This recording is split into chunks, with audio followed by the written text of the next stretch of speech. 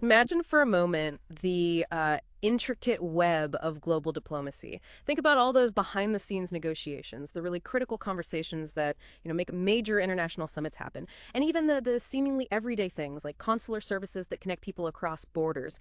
It's a world we often think of as, well, discrete conversations, carefully drafted papers, that sort of state-level choreography. But what if I told you that a huge amount of this complex dance is now orchestrated by code, powered by vast networks, and secured by, well, an almost unseen army of IT professionals? Welcome to the Deep Dive. Today we're going deep. We're plunging into the fascinating and often really underappreciated world of the e-governance and information technology division, the EG&IT division. This is for a major government ministry, and our guide is their own 2023 annual report. Specifically, we're looking at Chapter 21, the e-governance and IT section, and honestly, it reads less like a report and more like a blueprint for a pretty astonishing digital transformation. So our mission today is to really unpack how this crucial division isn't just, supporting global engagement. It's actively enhancing security, streamlining operations on a massive global scale. We want to give you a really fascinating, detailed look at the digital backbone, you could almost call it the nervous system, that enables modern international relations and public service. Get ready for some genuinely surprising facts about how technology underpins, well, everything. From those huge global summits you see on the news, right down to issuing a simple diplomatic ID card. This is way beyond just fixing computers. It touches the core of how diplomacy works now. Okay, so let's unpack this a bit. When we talk about an EG and IT division within a government ministry, especially one with such a massive international footprint, what usually comes to mind? Maybe, the IT help desk, fixing Wi-Fi, printer jams. Right. That's the common perception. But looking at this report, that seems like a tiny fraction of what this division actually does. What's the most striking thing about their core mandate, their vision? Well, you're absolutely right. It goes so far beyond basic tech support. I think what's really striking is that this EG and IT division isn't just a support function. It acts as a strategic partner in governance itself. Their main role, as the report lays out pretty clearly, is in the design, development, implementation, and ongoing maintenance of a whole suite of e-governance applications for the ministry itself. Okay, so they're building the tools the ministry uses day to day. Exactly. But it doesn't stop there, not even close. They provide end-to-end IT support for all IT matters, not just at headquarters, but for every single mission and post abroad. Every single one, globally. Every single one. Think about that scale. Setting up secure networks in a brand new consulate, maybe somewhere remote. Ensuring rock-solid video conferencing for high-level diplomatic talks. Managing the entire life cycle of IT gear, buying it, maintaining it, keeping it secure, eventually disposing of it safely. It's this incredibly sprawling foundational responsibility. It touches literally every aspect of how the ministry operates around the world. That really does sound like they're building the actual infrastructure of modern diplomacy. And the report, it strongly suggests their work in 2023 wasn't just about, keeping the lights on. It hints at a bigger picture, a broader strategy. How does all this detailed work, this building and maintaining, connect to larger national goals, like the Digital India program? That's a really crucial connection. The report makes it explicit. Their actions in 2023 were directly and I'd say profoundly contributing to the wider national goal of implementing key parts of the Digital India program. For anyone listening who's familiar with it, Digital India isn't just a slogan. It's this huge national effort to transform India into a digitally empowered society, a knowledge economy. And this EG and IT division's work fits right into that, specifically under the pillar of e-governance, reforming government through technology. So it's about using tech to make government work better. Precisely. It means they're actively pushing towards what the report calls a transparent, secure, accessible, and participative IT ecosystem. This isn't just about going paperless, though that's part of it. It's about strategically using automation, building sophisticated secure networks as tools, powerful tools. The goal is synergy, getting everything working together smoothly at every level of the ministry, making sure efficient, reliable IT services get to government officials wherever they are in the world. Essentially, they're constructing a modern, responsive, and critically, a highly secure digital foundation. And that's not just about efficiency, you see. It's about enhancing the ministry's sovereign capability, its digital resilience on the world stage. It's about ensuring digital sovereignty in their diplomatic work. It definitely sounds like 2023 was a big year for them, more than just maintenance. The report is really clear that they weren't just sitting back. They were actively innovating, designing, developing, deploying constantly updating a whole range of digital portals and websites throughout the year, it paints a picture of really dynamic progress, pushing the envelope on digital diplomacy and public service. Right, here's where the sheer scale of what they do just jumps off the page. The G20 India presidency in 2023, I mean, that was a monumental global event. No exaggeration. Leaders, ministers, delegations from all over the world, a year-long series of high-stakes meetings across the entire country. What's really incredible, and maybe easy to miss, is the absolutely central, pivotal role this EG and IT division played. The report states they were the nodal division for the IT vertical of the G20 Secretariat. Throughout the entire presidency, what does that actually mean? Being the nodal point for IT for something that massive, can you even convey the scope of that? Nodal division. Yeah. Yeah, that means they weren't just reacting to IT problems. They were the central architects, the enforcers of the entire IT strategy, the security protocols, the system deployments for every single G20 meeting. Every single one. Across the whole country. Imagine coordinating the tech for hundreds of meetings, thousands of delegates in dozens of different cities, all with different local infrastructure, different challenges. Their responsibility covered comprehensive IT support for all of it throughout the entire presidency year. That's everything from ensuring robust, secure Wi-Fi in maybe a temporary venue, to managing secure data flows for sensitive documents, to supporting all the digital tools the delegates were using. They were essentially the single point of authority for all tech decisions and deployments for the G20. The ultimate responsibility rested with them, the scale, the complexity. It's genuinely mind-boggling when you think about it. And it wasn't just the physical setup. The division actively monitored the design, the development, the operation, the maintenance of both the official G20 website and, crucially, the G20 mobile app. The mobile app. I remember hearing about that. Yes. And the report highlights one feature in particular, the real-time translation feature within that app. This wasn't just some nice-to-have gimmick. The report says, quite emphatically, it was widely appreciated by all stakeholders and users. Why is that so significant, beyond just convenience? Well, connected to high-stakes diplomacy. It's profoundly more than just overcoming language barriers, though that's huge in itself. Imagine a complex negotiation. Subtleties in language can literally shift outcomes. Real-time translation, right there in an app everyone's using, allows for much smoother, more direct communication. Reduces misunderstandings, maybe. Exactly. Fewer misunderstandings. It cuts down the friction of always relying on consecutive interpreters, especially in fast-moving discussions. It allows for quicker responses, more agility. This wasn't just a tech feature. It was a powerful diplomatic enabler. It let leaders and negotiators focus on the substance, build trust through more fluid conversation. It literally bridged linguistic divides, potentially speeding up the diplomatic process itself. That's a fantastic example of tech directly impacting the substance of diplomacy. And their work on global dialogue didn't just stop at the G20, did it? The report says the division also provided crucial technical backup for another really significant initiative. The India-led Voice of Global South Summit, or VOGSS. And this wasn't a traditional physical summit. It involved special virtual meetings, ministerial level, even head of government, head of state sessions. These are the big discussions. Right. And what's really interesting here is the significance of holding two of these virtual summits in 2023. The first VOGSS was January 12th and 13th, then a second one on November 17th, both entirely virtual. Two major virtual summits in 1 year. Yeah, that really demonstrates the ministry's robust virtual event capabilities. Yeah. And it shows a real commitment to fostering dialogue specifically among the Global South nations. And it raises that important question. How does embracing virtual engagement on this scale help overcome the huge logistical hurdles of traditional summits? You mean the cost, travel, security? Exactly. Think about the enormous costs, travel, accommodations, security, especially for nations that might have tighter budgets. Virtual platforms drastically lower those barriers. That facilitates broader, much more inclusive participation in these critical discussions. It lets a wider range of voices be heard. It ensures perspectives from developing nations are integrated without the built-in obstacles of physical attendance. It kind of levels the playing field for participation. It really does. It opens up diplomacy to a much larger global community.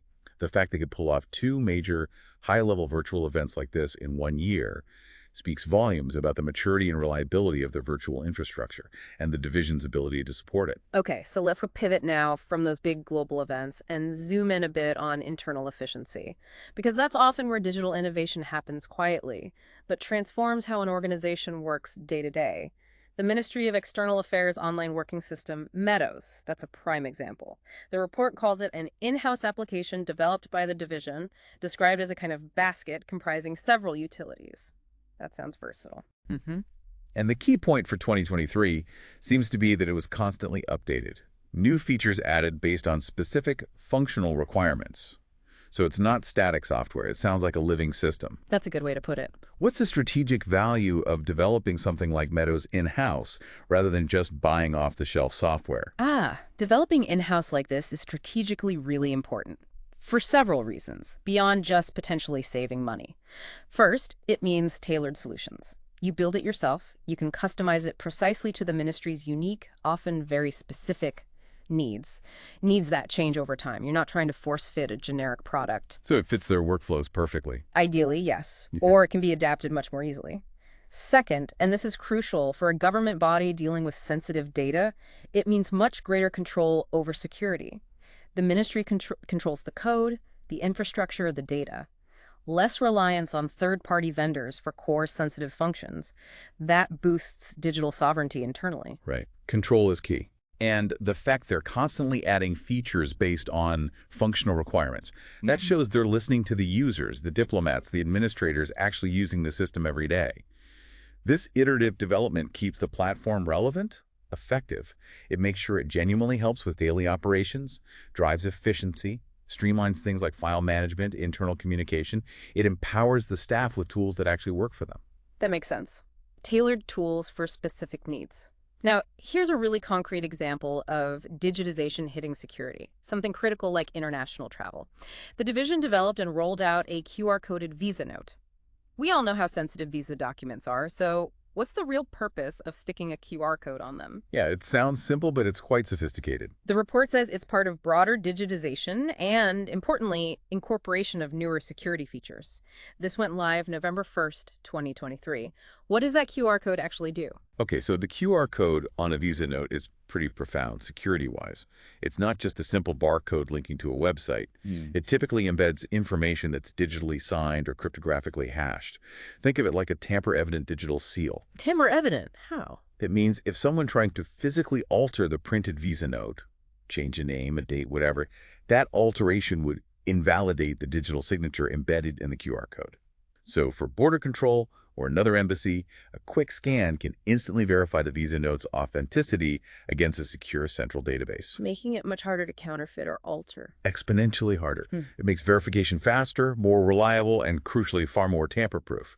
It's a very clear, proactive step using technology to combat identity fraud, ensure authenticity, which is absolutely critical for national security, for managing international travel, and just maintaining the integrity of the whole diplomatic process. It protects the document and the system. Okay, so beyond these broad systems, the EG&IT division also handles a range of very specific diplomatic and administrative functions, each with its own dedicated digital portal now. Let's start with the Vishwa Hindi Sammelan website. This was built specifically to encapsulate and disseminate information about all the activities during the 12th World Hindi Conference. That was held in Fiji in February 2023, organized by the ministry with Fiji's government. How does a dedicated website help with something like cultural diplomacy? It's a great example of digital infrastructure directly boosting cultural diplomacy and outreach.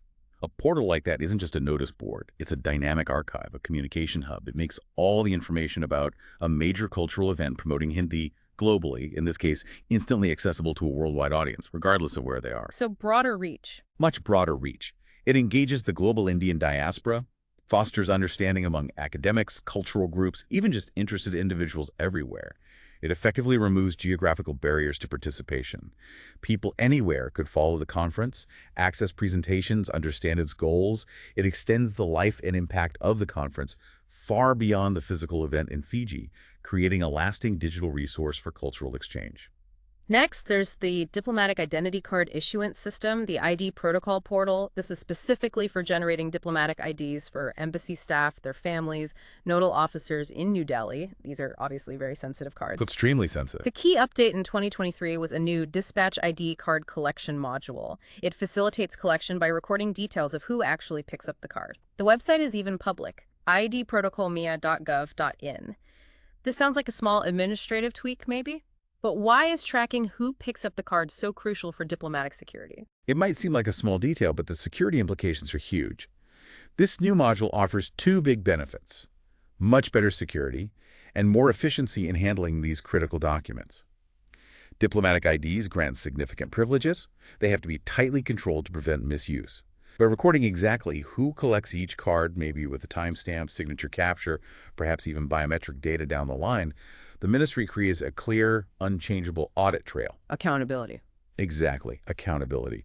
But more importantly, it cuts down the risk of someone unauthorized collecting a card by proxy or cards getting lost or stolen, which could then be used to access secure areas or sensitive information.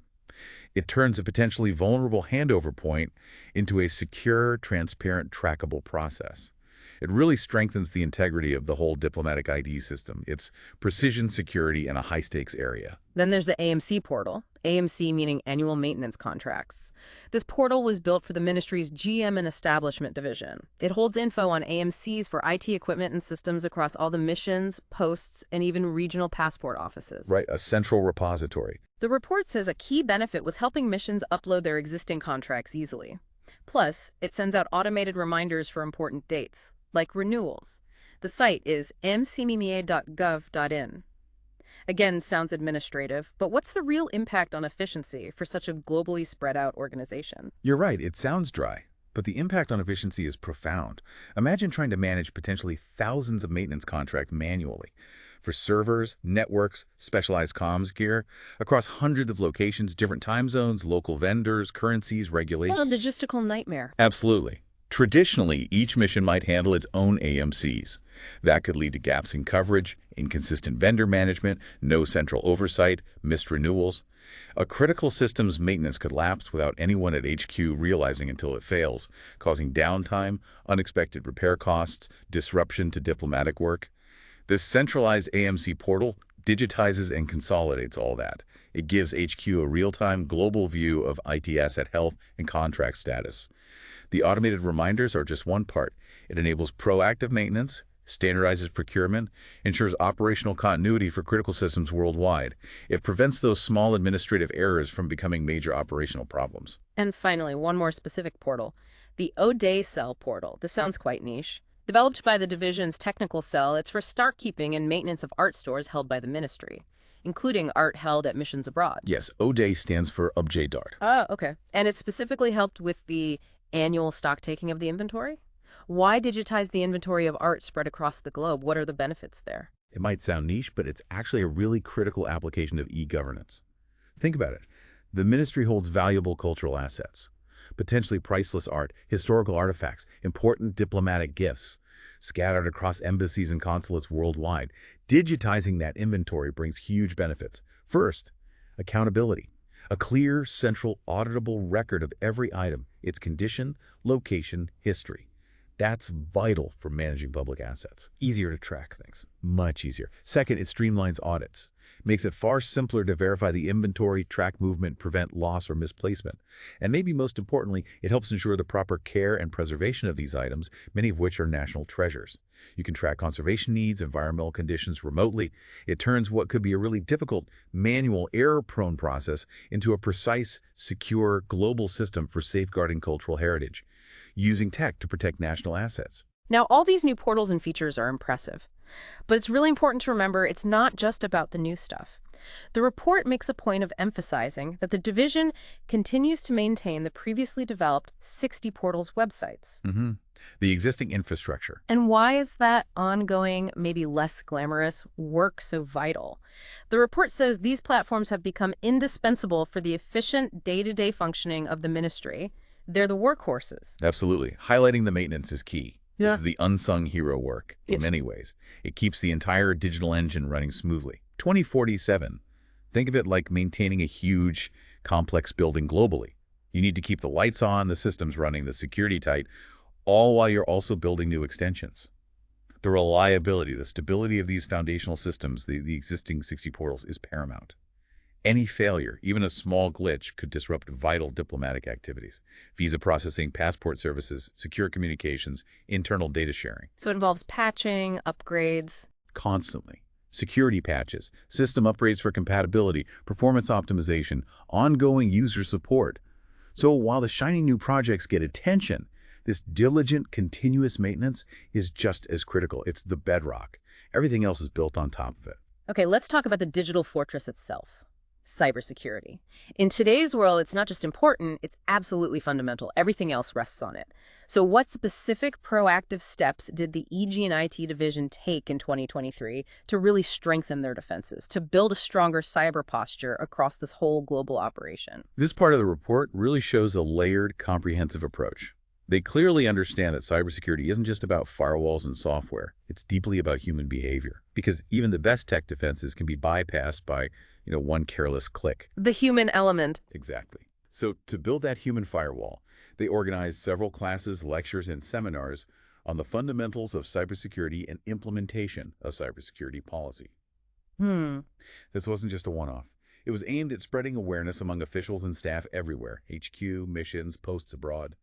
But it wasn't just general training. The report mentioned specific, regular initiatives, like Cybergeruch de Davos's Cyber Awareness Day, observed on the first Wednesday of every month.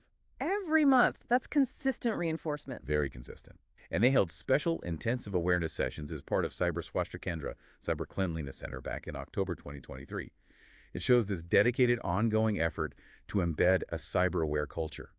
And beyond training, they also explicitly state compliance with national guidelines, policies from the Ministry of Electronics and Information Technology, INCIDE, and the Indian Computer Emergency Response Team, CERT-IN. That compliance piece is crucial. It shows they're adhering to the highest national standards for cyber defense, keeping up with evolving threats. It's definitely a proactive strategy, not just waiting for something bad to happen. Let's shift to financial management again, but on that huge global scale. Managing money across hundreds of locations worldwide, that's a massive task for any organization. The Integrated Mission Accounting System version 2.0, IMS 2.0, was rolled out back in April 2021. But 2023 saw a really big milestone. The report says a total of 185 Indian missions posts are now live on IMATAS 2.0. 185, that's almost the entire global diplomatic network. The implications of getting 185 missions onto one single integrated accounting system, they're huge. You really can't overstate it. It means a massive standardization, a centralization of financial practices across the entire global network. What are the main benefits of that? Well, first, transparency. Dramatically improved. HQ gets real-time financial reporting for budgeting, for oversight. Second, compliance. Much better compliance with financial rules, regardless of where the mission is. It reduces risks from diverse local accounting methods. Third, efficiency. Big gains in efficiency from managing budgets, tracking spending, auditing financial flows across all these different countries and currencies. But, beyond the technical side, this also represents a massive cultural shift. How so? Getting historically independent financial operations, each with their own ways of doing things, onto one unified global system. That takes enormous change management, intensive training, overcoming resistance. That process itself is almost a diplomatic achievement. It brings real cohesion and accountability to the ministry's finances worldwide, gives them a single, accurate view of their financial health and how resources are being used globally. Okay, communication. In modern diplomacy, instant, effective communication is everything. And more, that means virtual. So how does the ministry actually connect with all its stakeholders around the world virtually? How do they run these high-level meetings without everyone needing to fly somewhere? The report says the division equipped the ministry with state-of-the-art hardware and applications for seamless video conferences, VCs, using both cloud and on-premises systems. Right. And the scale and importance of this capability are pretty striking. These platforms aren't just for, routine team check-ins. They are effectively utilized to conduct prestigious multilateral events and summits. The report specifically mentions G20 events and VOGSS, which we already talked about, as relying heavily on this VC infrastructure. So it has to be really robust and secure. Extremely. Imagine the requirements. You need things like advanced multi-point encryption for secure, possibly classified discussions. Maybe AI-driven noise cancellation so calls are clear even from difficult environments. Seamless integration with presentation tools. And here's a number that just jumps out. A total of 900 VCs were conducted by the division in 2023. 900 in 1 year. 900. That statistic really hammers home the reliance on virtual comms in modern diplomacy, and it highlights the sheer robustness needed in the infrastructure to handle that volume of high-stakes interactions reliably. It means diplomacy doesn't stop. It can continue regardless of distance, travel issues, global crises. Constant, immediate engagement on critical issues becomes possible. Let's talk about the paperless office goal. That's a journey many places are on. Often feels like a long one. The e-office system itself was launched quite a while ago, back in 2014. But 2023 saw some key updates, showing it's still an active push. The report mentions migrating existing users to the latest version of e-office was completed in January 2023. And e-file version 7.3.4 was updated in May. Is this just about saving paper? Oh, definitely not just about saving paper. Migrating to the latest version is significant for several reasons. It's not just a cosmetic update. It almost always brings enhanced security features crucial against today's cyber threats.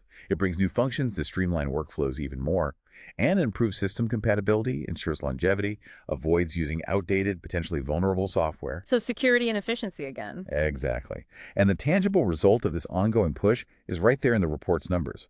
During the year, a total of 27,312 files have been forwarded by using e-office. 27,000 files moving digitally. That number clearly shows active, widespread adoption. It shows a real cultural shift towards digital workflows happening inside the ministry. And the benefits are clear. Much better efficiency in handling files, easier access to information for authorized people anywhere, a positive environmental impact, yes, but also better audit trails for administrative processes. It fundamentally changes how daily work gets done faster, more secure, more accountable. Okay, finally, let's touch on something vital but often overlooked in IT management, e-waste. As tech evolves, old equipment piles up. Responsible disposal is critical. Absolutely. The report states that in July 2023, the division responsibly disposed of 7,078 units of unserviceable IT e-waste items through an e-auction on the GEM portal. And there's more in the pipeline, another 2,595 units currently up for bidding. Why is managing e-waste properly so important for an organization like this? It's not just about being green, is it? You've nailed it. It's crucial. And it goes way beyond just environmental compliance, although that's important too, aligning with sustainability goals. For a government ministry dealing with sensitive information, secure e-waste management is fundamentally about data security. Protecting data on old devices. Precisely. Making absolutely sure that sensitive, classified, or personal data is properly, irreversibly wiped from old hard drives, servers, phones, even network gear before it leaves their control. That's paramount to prevent data breaches. An old discarded hard drive could be a goldmine for adversaries if not handled correctly. So this process also demonstrates compliance with strict regulations, and it shows a commitment to sustainability. It projects a responsible image. It really shows a holistic cradle-to-grave approach to managing their entire IT ecosystem, from buying it, using it, securing it, right through to disposing of it securely and sustainably. It's that final, essential step in maintaining digital security. So what does this all add up to? We've just taken a really deep dive into the, well, extraordinary and often invisible work of this EG&IT division in 2023. From powering massive global summits like the G20, enabling real-time translation for world leaders, connecting nations virtually across the global south, to digitizing sensitive visa notes with cutting-edge security, streamlining internal work with custom-built systems like Meadows, meticulously tracking priceless national art across the globe, and even managing e-waste responsibly, their efforts are clearly absolutely central. Enhancing efficiency, yes, but also expanding global reach and fundamentally bolstering the security of a major government ministry. It's undeniable, really. In today's world, this digital backbone is just as vital, maybe even more pervasive than any traditional diplomatic protocol. And that really does raise a big question for us to think about, doesn't it? When you see the depth, the breadth, the sheer pace of these digital initiatives, how is this constant technological evolution within government fundamentally redefining what we even mean by diplomacy or public service in the 21st century? What are the deeper future implications of this kind of integrated, digitally driven approach for global transparency, for how citizens interact with their country's representatives abroad, for fostering truly effective, agile, maybe more inclusive international collaboration in our incredibly complex, interconnected world? We really encourage you to think about that unseen digital labor, the work that underpins so much of what unfolds on the global stage, and how it's quietly but profoundly reshaping our world and the very future of how nations engage with each other.